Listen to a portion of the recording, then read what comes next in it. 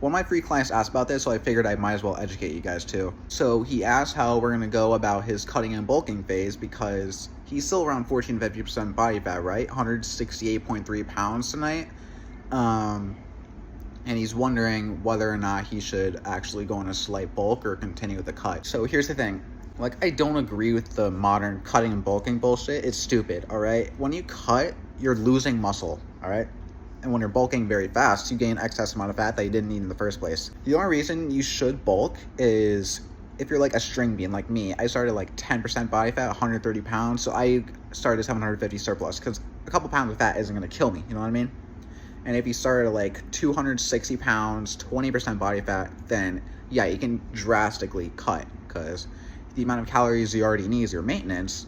It's going to make it so that you can take on a more drastic cut and it's not going to kill your energy. So what I told him is that I'm going to gradually scale his cut more and more and more from 350 calories to 400 to 450 to 500 because your stomach gets angry when you don't eat as much. So we're going to scale it back slightly every week. So he's going to finish his cut and land at around 159, 160 pounds for a good percentage of body fat around like 3 months from now, 2 to 3 months. Then what we're going to do is take a short 2-week maintenance break just to reset digestion. Then after that, we're going to go on a 250 calorie surplus because 250 calories of a surplus means that you gain half a pound every week, right?